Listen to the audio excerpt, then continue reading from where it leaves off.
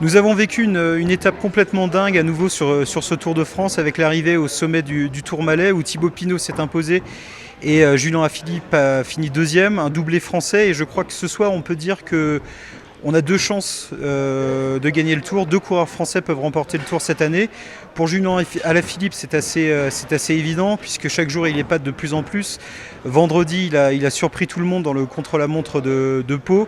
Et aujourd'hui, il a réussi à faire jeu égal à la pédale avec les meilleurs sur une arrivée au sommet qui est très très compliquée. Pour Thibaut Pinot, évidemment, il a un gros débours sur Alaphilippe, mais lui aussi revient dans la course.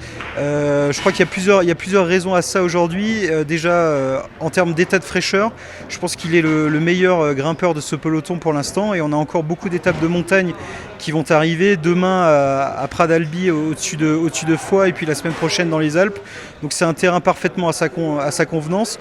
Ensuite, psychologiquement, il semble très fort. On a répété à plusieurs reprises depuis le début du Tour qu'il était plus serein que les autres années. Mais je crois que l'indice supplémentaire, c'est qu'il n'a pas craqué psychologiquement après le coup de la bordure qui lui a fait perdre 1 minute 40 sur tous les autres favoris. Et puis ensuite, il y a son équipe qui semble bien armée pour le soutenir dans son projet.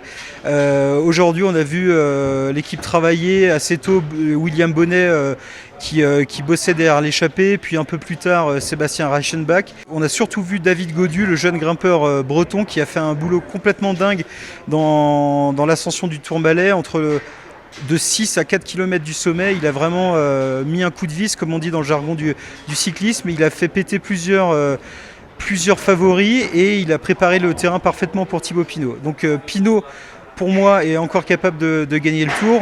On va battre notre coulpe à l'équipe, puisqu'en début de semaine, quand il avait perdu beaucoup de temps après le coup de bordure, on avait dit le contraire, on l'avait un peu enterré vite.